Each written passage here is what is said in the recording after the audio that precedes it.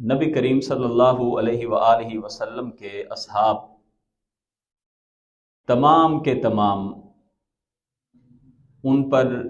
ایمان رکھنا، ان کی عزت آبرو کا خیال کرنا، یہ ہر مسلمان کے ایمان کا، دین کا بنیادی تقاضا ہے۔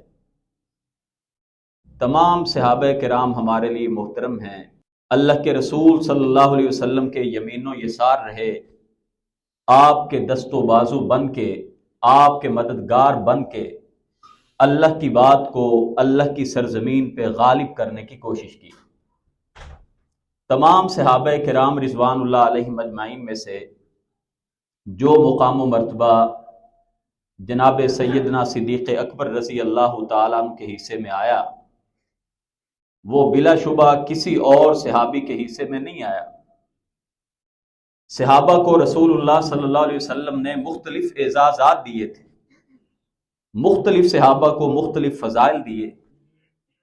کسی ایک صحابی کی فضیلت کا مقصد یہ بالکل نہیں ہوتا کہ بقیہ جو اصحاب تھے ان کا انکار کیا جا رہا ہے۔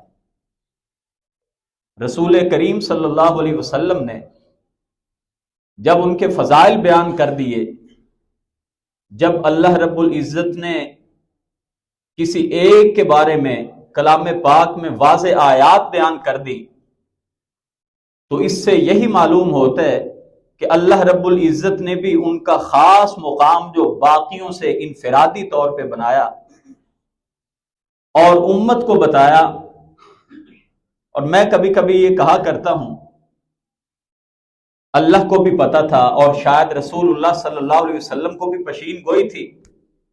کہ میرے ان اصحاب کے بارے میں باتیں ہوں گی، ان کی عزتوں پہ، ان کے ایمان پہ حملے کیے جائیں گے، اور نبی کریم صلی اللہ علیہ وسلم نے ان کی عزتوں کو، ان کے دین کو اور ان کے فضائل کو اس قدر کھول کے بیان کر دیا کہ کسی کو رتی برابر بھی گفتگو بات کرنے کا موقع ہی نہ میسر آئے۔ جناب سیدنا صدیق اکبر رضی اللہ تعالی عنہ سابقون الاولون میں سے،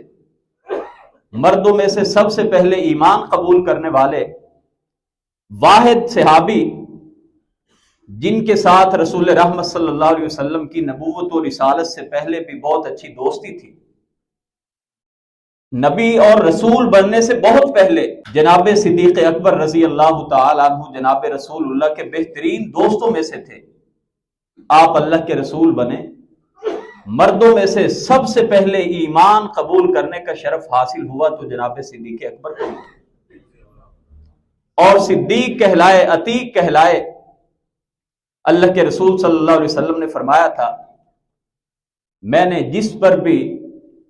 دین کو پیش کیا، سب نے لیت و لال سے کام لیا، سب نے غور و فکر کرنے کے لیے وقت مانگا سوائے ابو بکر کے۔ میں نے ابو بکر کو دعوت دی، ابو بکر نے ایمان کو قبول کر لیا۔